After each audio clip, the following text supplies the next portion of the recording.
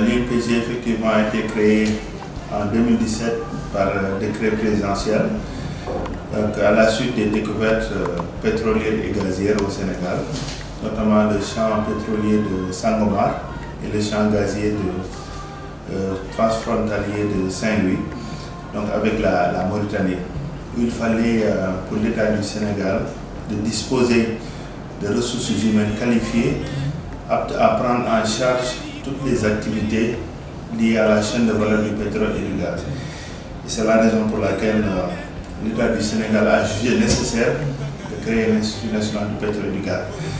Et la principale mission de l'Institut national du pétrole et du gaz, c'est de former des ressources humaines qualifiées et qui sont adaptées aux besoins du secteur de l'industrie pétrolière et gazière, et qui est un secteur très spécifique et qui requiert beaucoup d'exigences. L'Institut national du pétrole et du gaz dispense des offres de formation technique, donc des offres de formation aussi managériales, et des offres de formation en hygiène, sécurité et environnement, pour permettre aux professionnels sénégalais de s'intégrer efficacement dans le secteur du pétrole et du gaz. L'INPG participe également à la création d'une expertise locale qui est essentielle pour maximiser les retombées économiques et sociales qui sont issues de l'exploitation pétrolière et gazière, car on ne peut pas parler de contenu local sans une expertise locale qualifiée. Et nous aurons l'occasion de revenir sur les offres de formation particulières.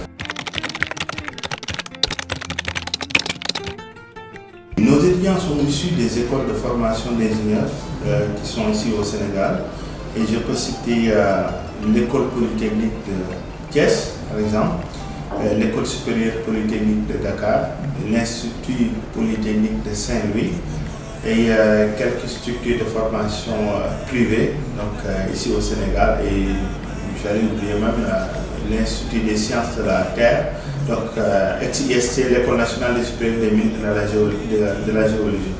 Donc nos étudiants majoritairement proviennent de ces écoles de formation d'ingénieurs, où ils subissent des tests et un concours d'entretien pour accéder au programme de l'Institut national du pétrole et du gaz, notamment dans le cadre du master en ingénierie pétrolière et gazière. Oui, ça me permet déjà de parler un peu de nos parcours de formation déjà pour camper le débat. Donc nous avons deux types de parcours de formation. Nous avons un parcours longue durée, nous avons également un parcours courte durée. Donc pour le parcours longue durée, il s'agit du master en ingénierie pétrolière et gazière, où les ingénieurs Bac+5 sont recrutés pour faire une formation de 18 mois sur les métiers techniques d'ingénierie du pétrole et du gaz.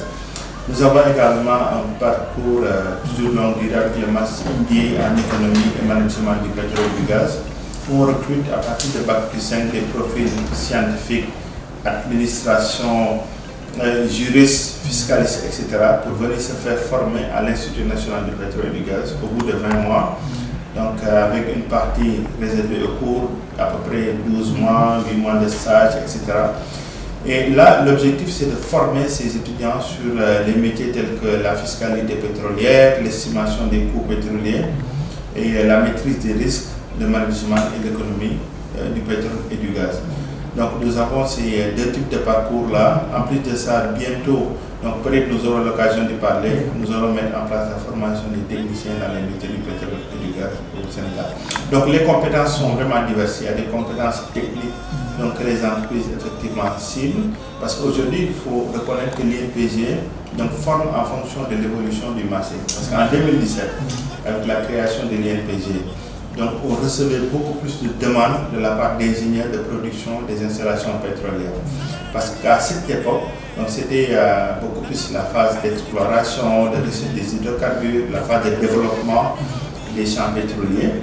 Et là aujourd'hui, vous êtes sans savoir que la production de pétrole a démarré au niveau de Sangomar.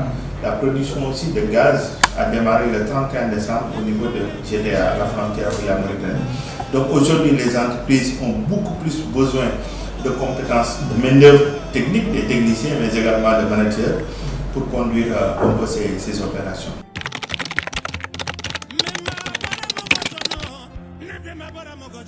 Effectivement, affirmatif, notamment par naturel. Aujourd'hui, l'essentiel des ingénieurs de Petrosen qui travaillent sur le projet GTA sont formés ici à l'Institut national du pétrole et du gaz.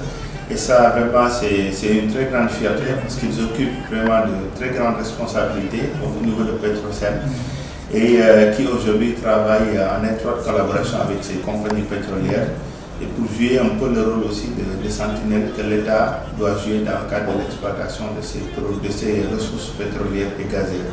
Donc aujourd'hui, ces ingénieurs de Petrosen, ce sont eux qui avaient accueilli le président de la République, Bassirou Diomaye Faye, quand il était venu visiter la plateforme pétrolière de Sangomar. Et ce sont les ingénieurs qui sont sortis de l'INPG, qui travaillent à Petrosen, qui avaient fait donc, la visite avec le président de la République.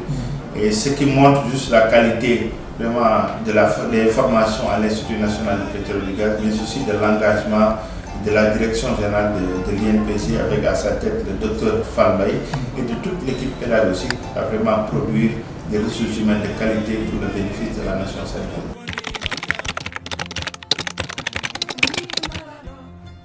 Les défis, il y en a effectivement parce qu'aujourd'hui on est de plus en plus sollicité parce que comme je l'ai dit tout à l'heure, l'INPG a été créé en 2017 où il n'y avait pas tout cet engouement autour des questions pétrolières et gazières, puisqu'à l'époque c'était beaucoup plus les questions de recherche d'hydrocarbures, de développement des champs, etc.